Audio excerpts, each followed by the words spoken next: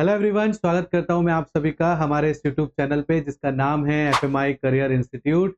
स्वागत करता हूं मैं आप सभी का हमारे इस सीरीज के अंदर जो क्लास 12 इकोनॉमिक्स की फर्स्ट चैप्टर की चल रही है।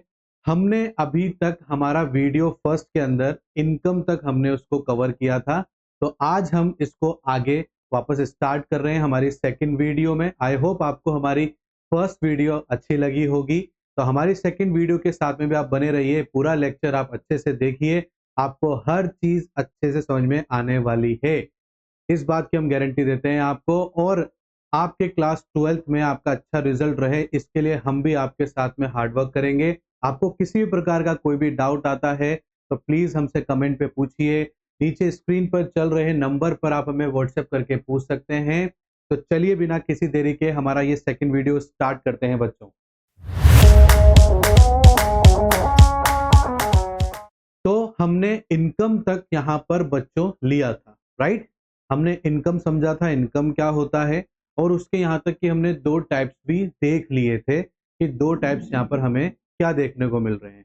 आपको याद होगा बच्चों, तो हमारे पास में टू टाइप्स के लिए, एक तो था हमारे पास में फैक्टर इनकम था बच्चों, और दूसरा हमारा था ट्रांसफर इनकम। ये हमारे इनकम के दो पार्ट थे, ठीक है। ये हमारे इनकम के दो पार्ट थे बच्चों, जो हम इसको इस वीडियो में कवर करेंगे। तो बेटा फैक्टर इनकम आप इसको ऐसे समझिए कि आप जब सामने वाले को कोई वैल्यूएबल चीज दोगे जिसकी उसे नीड है, तब जाके वो बदले में आपको पैसा देगा, तो वो जो पैसा आपने कमाया वो आपके लिए फैक्टर इनकम कहलाएगा। Is that clear? बच्चों को कई बार कंफ्यूजन होता है, तो इस बात को ध्यान से समझिए। बच्चे कई बार फैक्टर इनकम ट्रांसफर इनकम में कंफ्यूज होते हैं। आज आपका ये डाउट मैं क्लियर कर दूंगा बच्चों, ध्यान से समझना मेरी बात को। मैं दोबारा से अपनी बात को रिपीट करता हूं। फैक्टर इनकम उसे कहते हैं जब किसी को मार्केट के अंदर किसी पर्टिकुलर गुड्स या सर्विस की नीड होती है, और वो प्रोडक्ट, वो गुड्स, वो सर्विस जब आप उसको देते हो सामने वाले को, और वो आपको उसके बदले में पैसे देता है, तो जो पैसा आपने कमाया उसे हम फैक्टर इनकम कहेंगे। पैसा आपको क्यों मिला? क्योंकि आपने सामने वाले को कुछ वैल्यूएबल प्रोडक्ट, गुड्स या सर्विस दी है, तभी जाकर उसने, सामने वाले ने आपको पैसा दिया है। इसकी मतलब इस बात में हमें क्या समझ में आती है कि पैसा आपको जब भी मिलेगा जब आप कोई वैल्यूएबल चीज सामने वाले को दोगे। That is called factor income. Is that clear? बात समझ में आ रही है आप लोगों को? फैक्टर इनकम से रिलेटेड मैं आपको एक चीज और बताना चाहता हूं बेटा, वो है फैक्टर ऑफ प्रोडक्शन। क्या होता है? Factor of production. अभी जो हम वैल्यूएबल चीज की बात कर रहे थे, that is called factor of production. जब किसी बिजनेस को बिजनेस करना होता है तो वो मार्केट में जाकर उन चीजों को परचेस करता है, फिर वो बदले में सामने वाले को, मार्केट में जो भी बंदा उन चीजों को बेच रहा होता है, उसे वो पैसा देता है, और वही चीज उसके लिए फैक्टर इनकम कहलाती है। तो ये फैक्टर ऑफ प्रोडक्शन क्या होता है? फैक्टर ऑफ प्रोडक्शन वो होता है जो किसी भी बिजनेस को रन करने के लिए चाहिए होता है। जैसे किसी एक बिजनेस को चलाने के लिए आपको लैंड की, बिल्डिंग की, मशीन की, रॉ मटेरियल की, लेबर की जरूरत होती है। और ये सब चीजें आपको कहां से मिलती है बच्चों? मार्केट से मिलती है। जो इनकी डिफरेंट डिफरेंट शॉप्स या डिफरेंट डिफरेंट जो फर्म्स होती हैं, या कोई इंडिविजुअल पर्सन भी आपको ये चीजें प्रोवाइड करवा सकता है। बट वो आपको ये चीजें जब ही देगा जब आप बदले में उन्हें पैसे दोगे। That is called factor of production. Factor of production मतलब क्या होता है? जो बिजनेस करने में आपकी हेल्प करे।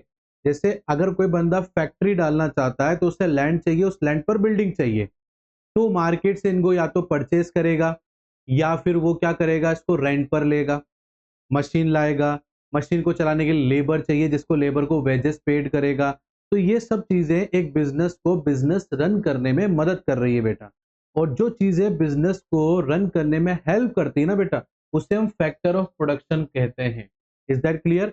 और ये फैक्टर ऑफ प्रोडक्शन जो बंदा आपको प्रोवाइड करवाता है, वो बदले में आपसे पैसे लेता है, तो उस बंदे के लिए वो इनकम क्या कहलाएगी? फैक्टर इनकम कहलाएगी बच्चों। मेरी बात समझ में आ रही नहीं आ रही आप लोगों को? फैक्टर इनकम आई होप आपका अच्छे से क्लियर हो गया होगा। अब ट्रांसफर इनकम पर आते हैं बेटा। ट्रांसफर इनकम का मतलब होता है आपको कोई भी फैक्टर ऑफ प्रोडक्शन नहीं देना सामने वाले को, फिर भी सामने वाला बंदा आपको पैसे देगा, उसी को हम ट्रांसफर इनकम कहते हैं। फैक्टर इनकम में तो क्या था बच्चा, एक हाथ ले और एक हाथ दे वाला सिस्टम था, राइट। आप उसको कुछ वैल्यूएबल चीज दोगे तब जाके सामने वाला आपको पैसे देगा, उसी को हम फैक्टर इनकम कहते थे। बट ट्रांसफर इनकम में आपको सामने वाले को कोई भी वैल्यूएबल चीज नहीं देनी है, वो फिर भी आपको पैसे देगा, that is called transfer income. मतलब बदले में हमें ना तो कोई गुड्स देना है, ना ही हमें कोई सर्विस देनी है, और वो हमें फिर भी पैसे दे रहा है, that is called transfer income. Transfer income में सामने वाले को कोई भी गुड्स एंड सर्विसेज देने की जरूरत नहीं है बच्चों। आई होप आपको दोनों अच्छे से समझ में आया होगा, और डेफिनेटली देखना आपको हमेशा ये दोनों चीजें याद रहने वाली है। चलो इसको हम जो है बुक की लैंग्वेज से भी पढ़कर देख लेते हैं। तो देखिए बच्चों, यहाँ पर हमारे पास में ये रहा आपके पास में इनकम। ये देखिए आप यहाँ पर दोनों चीजें हमारे पास में फैक्टर इनकम और ट्रांसफर इनकम है, जो इनकम के दो पार्ट्स होते हैं बेटा, राइट। अब देखिए यहाँ पर आपका ये फैक्टर इनकम है। इनकम अर्न, इनकम कमाई जाती है कैसे, फैक्टर ऑफ प्रोडक्शन देकर। रेंडरिंग मतलब होता है देना, है ना। रेंटरिंग मतलब होता है देना, देयर प्रोडक्टिव सर्विस। आप किसी को लैंड दे रहे हैं, चाहे वो किराए पर दे रहे हो या बेच रहे हो, बिल्डिंग होता है, ठीक है ना, ये सब चीजें आप दे रहे हो सामने वाले को, तब सामने वाला आपको पैसे दे रहा है, that is called factor income. Is that clear. और फैक्टर इनकम देखो यहाँ पर क्या कह रहा है, कौन सा कॉन्सेप्ट है, बायलैटरल, मतलब टू साइड कॉन्सेप्ट है। वही बोला ना मैंने, पहले आप सामने वाले को कुछ दोगे तब जाके सामने वाला आपको मनी देगा, तो दोनों तरफ से ट्रांजैक्शन हो रहा है, इसीलिए हम इसको क्या बोल रहे हैं बच्चों, टू साइडेड या फिर बायलैटरल कॉन्सेप्ट बोलेंगे। इज दैट क्लियर और नॉट बेटा। जैसे एग्जांपल में आप देखिए बेटा, रेंट, अगर आपने किसी को बिल्डिंग किराए पर दी होगी तभी तो सामने वाला आपको उसका रेंट देगा, तो आपकी इनकम हुई, आपको रेंट मिल रहा है, आपकी इनकम हुई, तो that is called factor income. अगर आपने किसी को इंटरेस्ट पर पैसे दिए तभी तो वो आपको इंटरेस्ट दे रहा है हर महीने, तो वो आपकी क्या हो गई, इनकम हो गई। आई बात समझ में। कोई लेबर किसी बंदे के पास में, किसी कॉन्ट्रैक्टर के पास में काम कर रहा है, वो काम कर रहा है तभी तो कॉन्ट्रैक्टर उसे पैसे दे रहा है, तो वो पैसे उसके लिए वेजेस हो गए, तो उसके लिए वो फैक्टर इनकम हो गया, क्योंकि उसने अपनी सर्विस दी है, वहां जाकर उसने जो है वेजेस, लेबर का काम किया है। इज दैट क्लियर बेटा। नेक्स्ट है प्रॉफिट। आपने किसी बिजनेस में पैसा लगाया, अब बदले में आपको जो पैसा उसमें इनकम मिल रही है, जिसको आप प्रॉफिट बोल रहे हो, तो वो आपके लिए क्या हो जाएगा, फैक्टर इनकम हो जाएगा बच्चों, right. I hope factor income से रिलेटेड जो भी डाउट होंगे आपके वो क्लियर हो गए होंगे। ऐसे हमने ट्रांसफर इनकम समझा बेटा कि इनकम रिसीव्ड विदाउट रेंडरिंग, कोई भी चीज दिए बगैर, कोई भी प्रोडक्टिव सर्विस दिए बगैर आपको पैसे मिल रहे हैं, that is called transfer income. इसीलिए इसको यूनिलेटरल या फिर वन साइडेड कॉन्सेप्ट कहते हैं, क्योंकि यहां पर सिर्फ लेना लेना है, देना कुछ भी नहीं है, ना तो हम कोई गुड्स देंगे ना कोई सर्विस देंगे, फिर भी सामने वाला हमें पैसे देगा, इसीलिए ये वन साइडेड है और इसीलिए हम इसको ट्रांसफर इनकम बोलते हैं। अब इसको कभी भी नेशनल इनकम में ऐड नहीं किया जाएगा, बट फैक्टर इनकम के अंदर, सॉरी मैं बताना भूल गया आप लोगों को, फैक्टर इनकम जो होती है वो नेशनल इनकम में ऐड की जाती है। बच्चों क्यों की जाती है, क्योंकि आप जो प्रोडक्टिव सर्विस सामने वाले को दे रहे हो, जो प्रोडक्ट फैक्टर ऑफ प्रोडक्शन आप दे रहे हो, उससे वो किसी चीज का प्रोडक्शन करेगा, किसी गुड्स का प्रोडक्शन करेगा, किसी सर्विस का प्रोडक्शन करेगा, इसीलिए फैक्टर इनकम को हम नेशनल इनकम में ऐड करेंगे। बट ट्रांसफर इनकम के अंदर कोई प्रोडक्टिव सर्विस नहीं होगी, कोई भी प्रोडक्टिव सर्विस नहीं की जा रही है, इसलिए ट्रांसफर इनकम को नेशनल इनकम में ऐड नहीं किया जाता है बच्चों। Is that clear. जैसे कि मान लो आप फॉरेन कंट्री में काम करते हो, आप भले ही फॉरेन कंट्री में ना करते हो, इंडिया के भी किसी भी कोने में आप काम करते हो, और वहां जो आपको रेगुलर सैलरी मिल रही है, उसमें से कुछ अमाउंट आप अपने पेरेंट्स को दे देते हो, तो वो भी क्या कहलाएगा, ट्रांसफर इनकम ही कहलाएगा, क्योंकि आपके पेरेंट्स आपको कुछ प्रोडक्टिव सर्विस नहीं दे रहे हैं उसके बदले में, बस वो आपसे पैसे ले रहे हैं, तो दैट इज कॉल्ड क्या कहलाएगा, ट्रांसफर इनकम। अगर आपने किसी को गिफ्ट दिया, that is also transfer income. Is that clear. Old age pension क्या होता है बच्चों, ओल्ड एज पेंशन मतलब क्या हो गया, सामने वाला कुछ नहीं कर रहा है आपके लिए, कोई भी प्रोडक्टिव सर्विस आपको प्रोवाइड नहीं कर रहा है, फिर भी आप जो है उसको पेंशन पे कर रहे हैं, गवर्नमेंट पेंशन दे रही है, तो that is also transfer income. Unemployment allowance मतलब क्या होता है, जिसको आम भाषा में बेरोजगार भत्ता बोला जाता है। तो बेरोजगार भत्ता क्या होता है, सामने वाला व्यक्ति कुछ नहीं कर रहा है, फिर भी उसको लाइवलीहुड को सर्वाइव करने के लिए कुछ पैसा चाहिए, तो गवर्नमेंट उसको अनएम्प्लॉयमेंट अलाउंस देती है। बदले में कोई प्रोडक्टिव सर्विस दे रहा है क्या सामने वाला, नहीं दे रहा ना, फिर भी गवर्नमेंट उसको पैसे दे रही है, that is called transfer income. Is that clear बच्चों? आई होप दोनों फैक्टर इनकम और ट्रांसफर इनकम आपको बहुत अच्छे समझ में आए होंगे। चलिए हम आगे समझते हैं, और भी आसान भाषा में हम कोशिश करेंगे हमारे सारे कॉन्सेप्ट्स को हम क्लियर करते हुए चलें बच्चों। देखिए अब आगे हमारा कॉन्सेप्ट क्या होता है बेटा, ये मैंने आपको प्रोडक्शन फैक्टर ऑफ प्रोडक्शन के बारे में बताया था ना, वही चीज यहाँ पर मैंने नोट डाउन करके लिख रखा है कि the things required to run a business are called factor of production, like land, building, machine, labour, etcetera and etcetera. अब आगे देखिए बेटा कि जो आपका ट्रांसफर पेमेंट्स होता है, जो आप ट्रांसफर करते हैं बेटा, वो भी दो टाइप्स के होते हैं बेटा। पहला होता है करंट ट्रांसफर और दूसरा होता है कैपिटल ट्रांसफर। अब बुक की लैंग्वेज से हम बाद में जाएंगे, हम पहले खुद की समझने की कोशिश करते हैं कि दोनों चीजें होती क्या हैं। करंट ट्रांसफर मतलब क्या होता है, जो आपकी करंट इनकम है, जो आपकी अभी करंट इनकम है, उसमें से आप सामने वाले को पैसे दे रहे हो और रेगुलर बेसिस पर दे रहे हो, that is called current transfer. ठीक है, जैसे कि एक इंडिविजुअल पर्सन जो हर महीने कमा रहा है, उसमें से वो कुछ अमाउंट अपने पेरेंट्स को दे रहा है, रेगुलर बेसिस पर दे रहा है, तो वो करंट ट्रांसफर कहलाएगा। इज दैट क्लियर बेटा? क्योंकि ट्रांसफर पेमेंट का मतलब या ट्रांसफर इनकम का मतलब क्या होता है, हम सिर्फ पेमेंट करेंगे, बदले में सामने वाला हमें कोई प्रोडक्टिव सर्विस नहीं देगा उस चीज की, उसी को तो हम ट्रांसफर इनकम या ट्रांसफर पेमेंट बोल रहे हैं बच्चों, राइट बेटा? अब जो जिसको पैसा मिल रहा है वो ट्रांसफर इनकम हो गई, जो पेमेंट करेगा उसके लिए ट्रांसफर पेमेंट हो गया बेटा। भाई कॉन्सेप्ट वही सेम चलने वाले हैं यहाँ पर, ठीक है बेटा? तो करंट ट्रांसफर मतलब क्या होता है, आपकी करंट इनकम में से आप रेगुलर बेसिस पर किसी को पेमेंट कर रहे हो, that is called current transfer. जैसे कि अगर आप किसी कंपनी में काम करते हो और आपकी जो भी सैलरी है, उस सैलरी में से छोटा सा हिस्सा या बड़ा हिस्सा आप अपने घर पर भेज देते हो, that is called current transfer, क्योंकि घर वाले बदले में कोई प्रोडक्टिव सर्विस आपको नहीं दे रहे हैं। इसके अलावा और एग्जांपल देता हूं, जैसे गवर्नमेंट जो होती है वो स्कॉलरशिप देती है कॉलेजेस में पढ़ने के लिए, तो स्कॉलरशिप का मतलब यहां पर क्या है कि गवर्नमेंट आपके कॉलेज की फीस पे करेगी। सपोज क्या करेगी, फीस पे करेगी, बदले में आप कुछ दे रहे हो क्या गवर्नमेंट को, अभी कुछ नहीं दे रहे ना, that is called current transfer. Is that clear? Old age pension होती है, जो हमारे बुजुर्ग लोग हैं उनको क्या होता है, एक एज के बाद रिटायरमेंट होता है, रिटायरमेंट के बाद में जो गवर्नमेंट्स होती हैं वो उनको पेंशन पे करती है।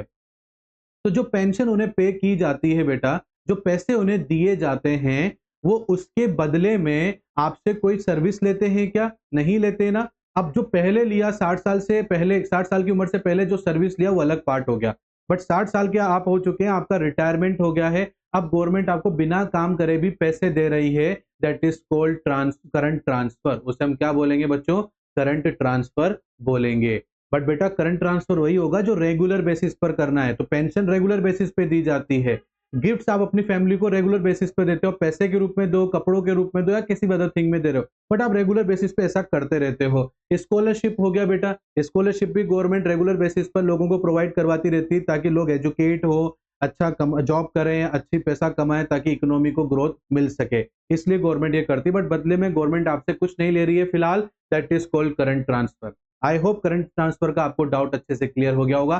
फिर भी अगर नहीं समझ में आता है तो आप प्लीज व्हाट्सएप पे हमसे पूछ सकते हैं, हम दोबारा से आपको समझाने के लिए तैयार हैं, क्योंकि हमारा जो मकसद है वो सिर्फ एक मकसद है कि आपको 12th में अच्छे मार्क्स मिलने चाहिए।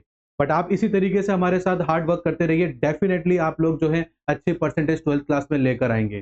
तो चलिए आगे देखते हैं बेटा हम लोग, तो है हमारा कैपिटल ट्रांसफर। अब आ गया बेटा कैपिटल ट्रांसफर। अब कैपिटल वर्ड आ गया ना, अब वर्ड से समझो आप लोग, कैपिटल वर्ड का मतलब यहां पर क्या हो गया बच्चों, कि कैपिटल वर्ड जो होगा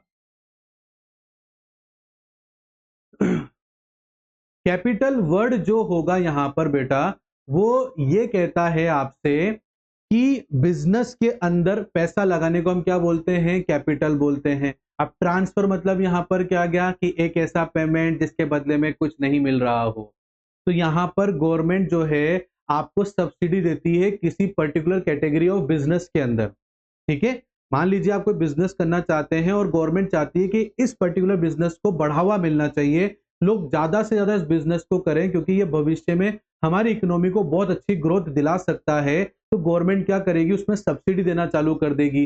गवर्नमेंट आपको लोन के अंदर बहुत ज्यादा फैसिलिटी प्रोवाइड कराने लग जाएगी। तो इट मींस गवर्नमेंट क्या कर रही है, आपको अभी से आपको जो है यहाँ पर वो सब्सिडी दे रही है, ताकि वो चाहती है कि आप इस बिजनेस को ज्यादा से ज्यादा करें, क्योंकि गवर्नमेंट चाहती है कि ये बिजनेस बढ़ना चाहिए।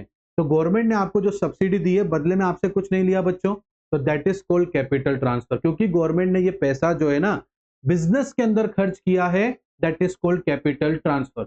ऊपर करंट ट्रांसफर में तो क्या हो गया था बेटा, पैसा गवर्नमेंट वहां खर्च कर रही थी जहां पर लोगों को कंजप्शन की जरूरत है, लोगों को अपनी लाइवलीहुड को चलाना है, अपनी जीविका को चलाना है, कंजप्शन के लिए गवर्नमेंट पैसा दे रही थी, इसलिए उसको करंट ट्रांसफर बोला गया। यहां पर गवर्नमेंट जो है बिजनेस के अंदर पैसा लगा रही है, इसलिए इसको कैपिटल ट्रांसफर बोला जाएगा बच्चों। Is that clear?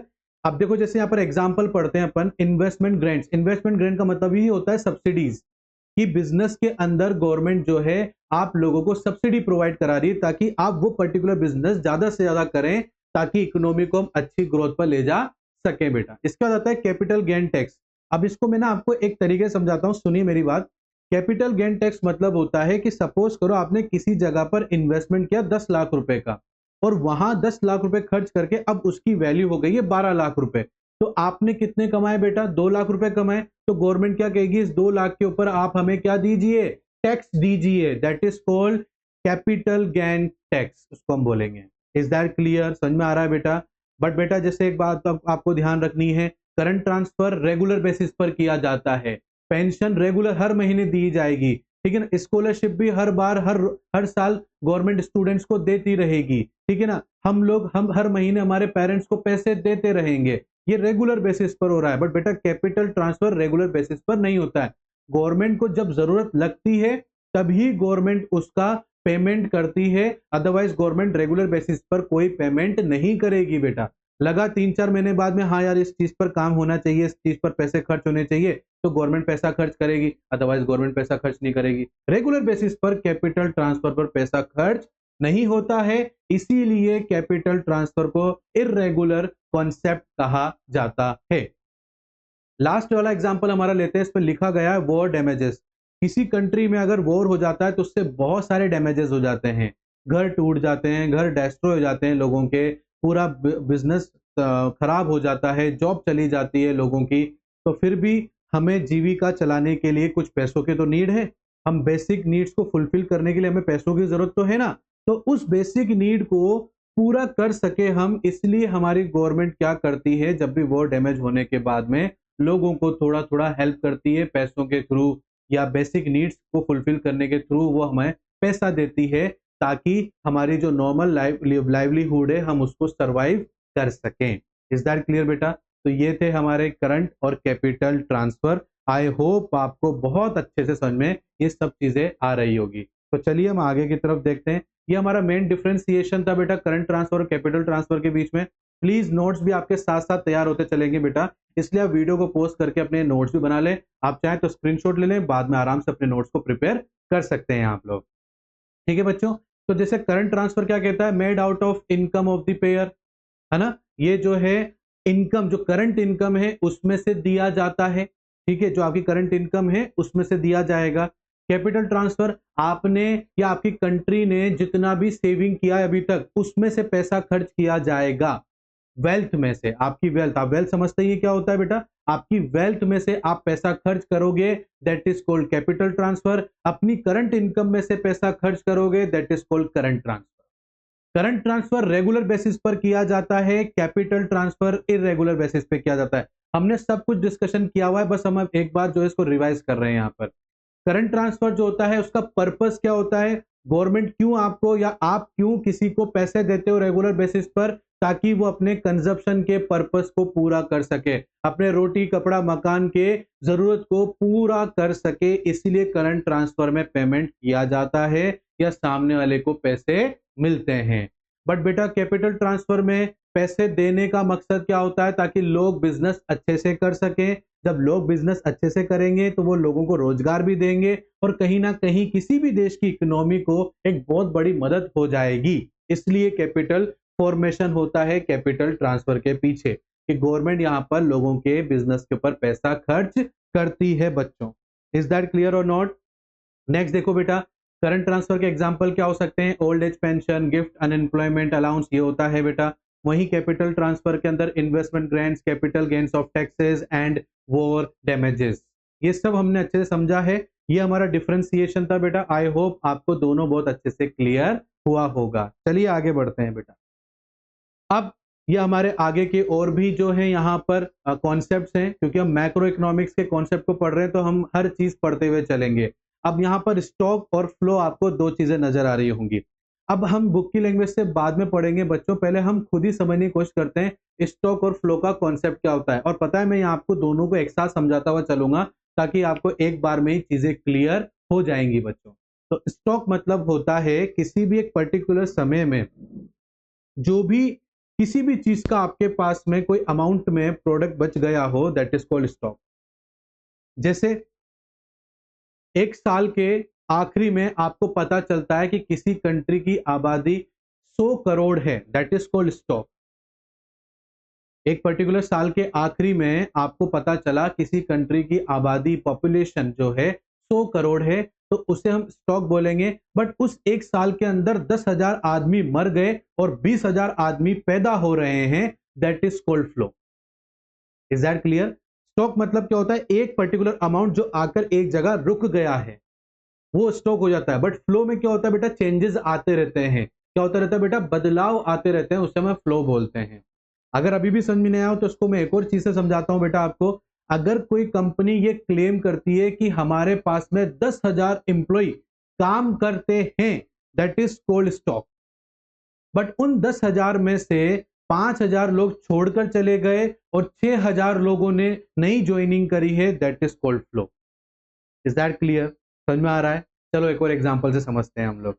अगर आपके घर के ऊपर पानी की टंकी में जितना भी पानी बचा हुआ है, that is called stock. But वही आप नीचे अपना नल चलाकर उस पानी का इस्तेमाल कर रहे हैं, दैट इज कॉल्ड फ्लो। क्योंकि चेंजेस आ गया ना, बदलाव आ गया।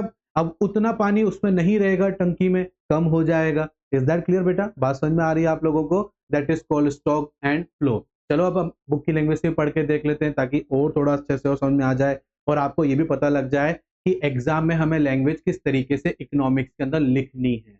Is that clear? तो देखिए बेटा, any economic variable which is calculate at a particular point of time is known as stock. Example के तौर पे 130 crore of population, 130 crore population of India, India की 130 करोड़ पॉपुलेशन है, दैट इज कॉल्ड स्टॉक। किसी company के अंदर कैपिटल इन्वेस्ट है 5 करोड़ रुपए, दैट इज कॉल्ड स्टॉक। ठीक है, साल के आखिरी में तो वो लिख रखा है ना, of a firm on 31 March 2007। Stock आपके पास में साल के आखिरी में 10 लाख का माल बच गया गोडाउन के अंदर, that is called stock. Is that clear? अब फ्लो क्या हो जाएगा उसका एग्जांपल समझते हैं। Monthly wages of a worker, एक वर्कर की मंथली वेजेस कितनी है? क्योंकि वेजेस क्या होती है? चेंजेस होती रहती बेटा, क्योंकि वेजेस डेली बेसिस पर पे की जाती है। सपोज करो आज 100 आदमी आपके पास काम कर रहे हैं तो कल 50 कर रहे हैं, तो कल उसके अगले दिन 10 कर रहे हैं, तो ये लेबर कम होती चली जा रही है तो वेजेस भी कम होगी ना बेटा। तो ये क्या हो रहा है? फ्लो में हो गया। ठीक है, जैसे कि एक गाड़ी है जो अभी फिलहाल 100 किलोमीटर प्रति घंटे की रफ्तार से चल रही है, बट जरूरी है क्या कि वो 10 मिनट बाद, 15 मिनट बाद, आधे घंटे बाद उसी स्पीड पर मेंटेन रहेगी? कम भी हो सकती है, ज्यादा भी हो सकती है, दैट इज कॉल्ड फ्लो। एक शॉर्ट समय में जो बदलाव आ रहे हैं, दैट इज कॉल्ड फ्लो बेटा। Is that clear? तो फ्लो मतलब समझ में आया आपको, स्टॉक मतलब समझ में आया आपको। चलो आगे और थोड़ा सा एलैबोरेट करके समझते हैं, डिफरेंशिएट छोड़ देते हैं हम लोग। अब देखो कुछ और एग्जांपल हैं, जैसे कि लिख रखा है the level of water in the tank is a stock, the amount of water entering into और draining from the tank is a flow. जितना पानी भरा हुआ है वो स्टॉक है, बट उसमें जितना पानी और डाला जा रहा है या जितना निकाला जा रहा है, दैट इज कॉल्ड फ्लो। एक पर्सन की जो वेल्थ होती है वो स्टॉक होती है कि भाई इसके पास इतना पैसा है, that is called stock. But उसकी कितनी इनकम है मंथली, और उस मंथली इनकम में से वो कितना खर्चा करता है, that is called flow. Is that clear बेटा? एक कंपनी के अंदर कितने लोग काम करते हैं, that is called stock, but कितने लोग ज्वाइनिंग करते हैं और कितने लोग चले जाते हैं, दैट इज कॉल्ड फ्लो। ठीक है, आ रही बात समझ में आपको? तो ये कुछ एग्जांपल्स है, प्लीज बेटा आप इनको रीड कर लेना। आप चाहें तो अपने नोट्स में इसको लिख सकते हैं, वीडियो को पॉज करना और ये सारे नोट्स लिख लेना, या आप स्क्रीनशॉट जैसा भी आप चाहें आप ऐसा कर सकते हैं। तो ये था हमारा स्टॉक और फ्लो का कॉन्सेप्ट। इज दैट क्लियर बच्चों? अब नेक्स्ट जो हमारा टॉपिक रहने वाला है वो हमारे इंट्रोडक्शन ऑफ मैक्रो इकोनॉमिक्स का सबसे इंपॉर्टेंट टॉपिक रहेगा, और वो है सर्कुलर फ्लो ऑफ इनकम। अब सर्कुलर फ्लो ऑफ इनकम क्या होता है बच्चों? देखो, हमारे इकोनॉमी, किसी की भी इकोनॉमी, जो मार्केट होता है वो एक सिद्धांत पर चलता है। और वो सिद्धांत क्या होता है बेटा? वो सिद्धांत होता है कि जब हम कोई चीज परचेस करते हैं ना, तो परचेस करने वाले के लिए खर्चा हो जाता है, बट वो जिससे परचेस कर रहा होता है उसकी इनकम हो जाती है। और पूरी इकोनॉमी, पूरा मार्केट इसी कॉन्सेप्ट के ऊपर लाए करता है बेटा, और उसी को ही सर्कुलर फ्लो ऑफ इनकम कहते हैं। अब मैं कोई चीज परचेज नहीं करूंगा तो सामने वाले की इनकम कैसे होगी? और सामने वाला भी कब खर्चा नहीं करेगा तो जो तीसरा आदमी उसकी इनकम कैसे होगी? ठीक है ना? तो सर्कुलर फ्लो ऑफ इनकम क्या होता है? जो मार्केट में पैसा घूमता है ना, वो ऐसे ही घूमता है कि एक का खर्चा होता है, दूसरे की इनकम हो जाती है, दूसरे का खर्चा हो जाता है तो तीसरे की इनकम हो जाती है। और ये होना जरूरी होता है, तभी इकोनॉमी जो है हमारी घूमेगी, तभी लोगों के पास पैसा आएगा, तभी एक देश की इकोनॉमी ग्रोथ करेगी। अदरवाइज धीरे धीरे धीरे धीरे वो इकोनॉमी खत्म हो जाएगी। इसीलिए सर्कुलर फ्लो ऑफ इनकम को हम यहाँ इसलिए समझा रहे हैं ताकि आपको समझ में आए कि सर्कुलर फ्लो ऑफ इनकम क्या होता है, और आपको समझ में भी आया होगा। Is that clear? और जो आपकी इकोनॉमी होती है बेटा, वो जनरली तीन कॉन्सेप्ट के ऊपर काम करती है: प्रोडक्शन, एक्सचेंज और कंजप्शन। आपने प्रोडक्ट बना लिया बट उसको खरीदने वाला मार्केट में नहीं है तो उसका क्या सेंस है? और अगर आप कोई चीज खरीदना चाहते हो और उसको मार्केट में बेचने वाला अगर कोई नहीं है तो भी कोई सेंस नहीं है उस इकोनॉमी का। तो यहां पर ये तीनों चीजें जो होती हैं इनका फुलफिल होना बहुत इंपॉर्टेंट होता है बेटा। अब आपने कोई प्रोडक्शन किया, सामने वाले को अपना प्रोडक्ट दिया और सामने वाले से आपने पैसे लिए, दैट इज कॉल्ड एक्सचेंज, और यहां पर आपकी इकोनॉमी फुलफिल हो जाती है क्योंकि सामने वाले ने खर्चा किया और आपकी इनकम हो गई बेटा। तो प्रोडक्शन, एक्सचेंज और कंजप्शन जो होता है ये इकोनॉमी का सबसे इंपॉर्टेंट इकोनॉमिक एक्टिविटी मानी जाती है। इसके बिना इकोनॉमी कुछ नहीं होती है। In carrying out of these economic activity, people are involved in making transaction between different sector of the economy। अब बहुत से बच्चे कंफ्यूज जाएंगे, sir different sector of economy मतलब क्या है? यहाँ पर एक समय में एक प्रोड्यूसर है और एक समय पर यहाँ पर एक कंज्यूमर है। कंज्यूमर को वो प्रोडक्ट चाहिए जो प्रोड्यूसर बेच रहा है, और प्रोड्यूसर को वो पैसा चाहिए जो कंज्यूमर दे रहा है। तो ये डिफरेंट डिफरेंट जो सेक्टर है वो एक दूसरे के साथ में अपने वैल्यूएबल चीजों को एक दूसरे के साथ में चेंज करते हैं, एक्सचेंज करते हैं, और इसी को ही हम सर्कुलर फ्लो ऑफ इनकम कहते हैं। आई होप बच्चों आपको समझ में आ रहा होगा। हम और भी थोड़ा और अच्छे डिटेलिंग में समझते हैं सर्कुलर फ्लो ऑफ इनकम को। देखो लिख रखा है, because of these transaction income and expenditure move in a circular form in an economy. अब हमने समझ तो सब कुछ लिया है, बट हम एक लैंग्वेज पढ़ पढ़ के और दोबारा समझ रहे हैं। मैंने आपको क्या बताया था बेटा कि यहां पर circular flow of income fulfil जब ही होगा जब सामने वाला खर्चा करेगा, तभी तो दूसरे की इनकम होगी। अब सामने वाला खर्चा ही नहीं करेगा तो इनकम कैसे जनरेट हो जाएगी बच्चों? नहीं होगी ना। तो इस चीज को आप अच्छे से समझो कि जब तक सामने वाला खर्चा नहीं करेगा तो दूसरे की इनकम नहीं होगी। इसी के ऊपर ही इकोनॉमी हमारी क्या करती है बच्चों? लाई करती है। इज दैट क्लियर और नॉट? यहां तक आपको समझ में आया कि नहीं आया? Very good. अगर आपको आया है तो फिर भी डाउट आता है तो आपको पता है इसे नीचे स्क्रीन पर जो व्हाट्सएप के नंबर चल रहे हैं उस पर अपने डाउट पूछिए, हम डेफिनेटली आपके डाउट को क्लियर करेंगे। ठीक है, चलो आगे देखते हैं बेटा। अब सर्कुलर फ्लो ऑफ इनकम को हम बहुत अच्छे तरीके से समझ पाए, इसके लिए हमने इसको दो पार्ट में डिवाइड किया हुआ है। एक है हमारा रियल फ्लो भी बोलते हैं इसको, आप चाहे प्रोडक्ट फ्लो भी बोल सकते हैं, आप फिजिकल फ्लो भी बोल सकते हैं, सॉरी। दूसरा है मनी फ्लो, मॉनेटरी फ्लो या नॉमिनल फ्लो। ठीक है, अब थोड़ा सा इसके बारे में डिटेलिंग में हम समझने की कोशिश करते हैं बच्चों। देखो रियल फ्लो के अंदर हम सिर्फ ये चीज देखेंगे कि जो मार्केट में जो सेक्टर हैं वो आपस में एक दूसरे को क्या ऑफर कर रहे हैं, वो क्या ऐसी वैल्यूएबल चीज एक दूसरे को दे रहे हैं। बट यहां पर पैसों के बारे में डिस्कशन नहीं करेंगे। किसके बारे में डिस्कशन नहीं करेंगे? पैसों के बारे में डिस्कशन हम यहां पर नहीं करेंगे। इस बात का ध्यान रखना बेटा। रियल फ्लो मतलब क्या है? आप वैल्यूएबल प्रोडक्ट सामने वाले को क्या दे रहे हो। ठीक है, जैसे कि इसके लिए हम समझते हैं, यहाँ पर ध्यान से देखना, ये हमारा एक हाउस होल्ड है, ठीक है ना, मार्केट में जो बंदा अवेलेबल है, क्योंकि हर चीज सभी को, किसी भी बिजनेस को कौन देगा, कोई भी चीज, जैसे प्रोडक्शन, फैक्टर ऑफ प्रोडक्शन जो होता है, वो किसी भी बिजनेस को कौन देगा, किसी भी प्रोड्यूसर को कौन देगा, हाउस होल्ड ही देगा। हम और आप ही तो देंगे बेटा।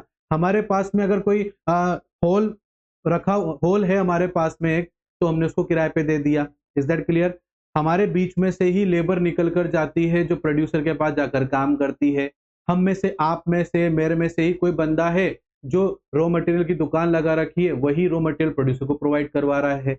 इसीलिए वो उस इंडिविजुअल पर्सन को हम हाउस होल्ड ले रहे हैं। जो ये बंदा आपको कहाँ मिलेगा? मार्केट में मिलेगा, क्योंकि ये सब चीजें आपको कहाँ मिलेगी? मार्केट में मिलेगी। Is that clear?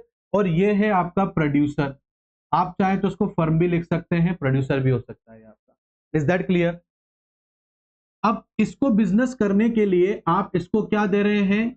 आप इसको फैक्टर ऑफ प्रोडक्शन दे रहे हैं।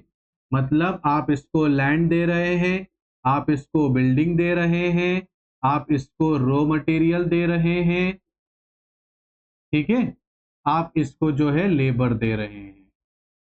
यहां मैंने पैसों की बात करी बच्चों? बिल्कुल भी नहीं करी ना। यहां पर हाउस होल्ड क्या दे रहा है? ये दो सेक्टर हैं, वो आपने पढ़ा था ना, डिफरेंट सेक्टर्स, तो वो दोनों डिफरेंट सेक्टर ये दोनों हैं। अभी मार्केट में ये दो जने हैं, इन दोनों लोगों के बीच में कुछ चीजें एक्सचेंज हो रही है, और आप रियल फ्लो पढ़ रहे हो बेटा। क्या पढ़ रहे हो आप? रियल फ्लो पढ़ रहे हो, फिजिकल फ्लो पढ़ रहे हो, जहां पर हम पैसों की बिल्कुल भी बात नहीं करेंगे। बस हम एक दूसरे को प्रोडक्टिव गुड्स या सर्विस क्या दे रहे हैं उसके बारे में बात करेंगे बस यहाँ पर, ठीक है। उसी को रियल फ्लो बोलते हैं बेटा। रियल फ्लो वही होता है जहां पैसों की बात नहीं करते हैं, आपस में एक दूसरे को क्या प्रोडक्ट दे रहे हैं उसके बारे में बात करेंगे। इज दैट क्लियर बेटा? तो यहाँ पर हाउस होल्ड मतलब हम और आप, जो मिलकर मार्केट बनता है, और मार्केट जो है प्रोड्यूसर को, जो फर्म है जो बिजनेस कर रही है, उसको हम जो चीज देते हैं बिजनेस करने के लिए, उसे फैक्टर ऑफ प्रोडक्शन कहते हैं। हमने पहले भी डिस्कस किया था। फैक्टर ऑफ प्रोडक्शन मतलब क्या होता है? ऐसी चीजें जो बिजनेस करने में एक बिजनेस की हेल्प करती हो। इज दैट क्लियर बेटा? और वो फैक्टर ऑफ प्रोडक्शन आपको कौन प्रोवाइड कराएगा? एक मार्केट, एक इंडिविजुअल हाउस होल्ड आपको प्रोवाइड करवाएगा। और फिर इन सब चीजों का इस्तेमाल करके प्रोड्यूसर एक नई चीज बनाएगा, और वो ये नई चीज किसको दे देगा? हाउस होल्ड को दे देगा। और वो नई चीज कुछ भी हो सकती है, वो एक गुड्स भी हो सकता है, वो एक सर्विसेज भी हो सकती है। इज दैट क्लियर बच्चों? समझ में आया आप लोगों को? अब आप इस पूरे प्रोसीजर को दोबारा से ध्यान से देखो। क्या हमने यहां पर कहीं पर पैसों से रिलेटेड बात करी बच्चों? नहीं की ना। यहां पर हमने क्या किया? सिर्फ और सिर्फ हाउस होल्ड ने प्रोड्यूसर को क्या दिया इसके बारे में डिस्कशन किया, एंड देन लास्ट में प्रोड्यूसर ने हाउस होल्ड को क्या दिया उसके बारे में हमने डिस्कशन किया। इसके अलावा हमने इसमें कुछ और डिस्कशन नहीं किया है। इज दैट क्लियर बच्चों? चलो वेरी गुड। ये आपको रियल फ्लो आई होप अच्छे से समझ में आया होगा बच्चों। इसके बाद में हम मनी फ्लो के बारे में बात कर लेते हैं बेटा। अब मनी फ्लो में, अब नाम में ही पता चल रहा है कि अब हम यहाँ पर पैसों की बात कर सकते हैं। क्या कर सकते हैं बेटा? पैसों की बात यहाँ पर हम कर सकते हैं। जैसे कि बेटा यहाँ पर हाउस होल्ड ने प्रोड्यूसर को लैंड दिया, बिल्डिंग दिया, मशीन दिया, राइट बेटा? तो बदले में प्रोड्यूसर इनको, हाउस होल्ड को क्या देगा? Factor payment. इन सब चीजों का इस्तेमाल प्रोड्यूसर ने किया, तो प्रोड्यूसर पैसे देगा। तो प्रोड्यूसर के लिए तो ये क्या हो गया? फैक्टर पेमेंट हो गया। बट हाउस होल्ड के लिए ये फैक्टर इनकम हो गया। क्या हो गया? ये हाउस होल्ड के लिए फैक्टर इनकम, क्योंकि ये लैंड, बिल्डिंग, मशीन किसने दिया? हाउस होल्ड ने दिया। किसको दिया? प्रोड्यूसर को दिया। अब प्रोड्यूसर को पैसे देने पड़ेंगे, फ्री में तो कोई चीज आती नहीं है। तो क्योंकि ये इकोनॉमिक एक्टिविटी है, तो यहां पर प्रोड्यूसर जो है, जो पैसा देगा हाउस होल्ड को, वो प्रोड्यूसर की नजर में फैक्टर पेमेंट होगा, और हाउस होल्ड की नजर में वो फैक्टर इनकम होगा, क्योंकि वो पैसा किसको मिला है? किसको मिला है? वो पैसा हाउस होल्ड को मिला है। तो किसकी इनकम हुई यहां पर? हाउस होल्ड की इनकम हुई। और उस इनकम को हाउस होल्ड क्या बोलेगा? फैक्टर इनकम बोलेगा। समझ में आ रही है बात आपको? अब यहां पर हाउस होल्ड के पास पैसे आ चुके हैं बेटा। क्या आ चुके हैं? हाउस होल्ड के पास में यहां पर पैसे आ चुके हैं। अब वो पैसा क्या करेगा? हाउस होल्ड खर्च करेगा अपनी बेसिक नीड्स और वांट को फुलफिल करने के लिए। और उसको गुड्स एंड सर्विसेज कहां मिलेगी? प्रोड्यूसर के पास मिलेगी। तो यहां पर हाउस होल्ड क्या करेगा? गुड्स एंड सर्विस का पेमेंट करेंगे। इज दैट क्लियर बेटा? तो हाउस होल्ड क्या करेगा, जो भी प्रोड्यूसर से गुड्स एंड सर्विसेज खरीदेगा उसका पेमेंट करेगा और उसको क्या बोलेंगे, goods and service payment. Is that clear? और यहां पर इसका पेमेंट हो गया और इसकी क्या हो गई है, इनकम हो गई है। तो आपने देखा बेटा रियल फ्लो में हमने बिल्कुल भी पैसों के ऊपर बात नहीं किया और मनी फ्लो में हमने पैसों को लेकर बात किया कि भाई इसकी इनकम हो गई इस टाइम पर और इसका पेमेंट हो गया, या इसका पेमेंट हो गया और इसकी इनकम हो गई, ये हमने डिस्कशन किया। तो रियल फ्लो में पैसों की बात हम नहीं करेंगे, पैसों की बात हम मनी फ्लो में करेंगे। तो आई होप आपको यहां तक समझ में आया होगा।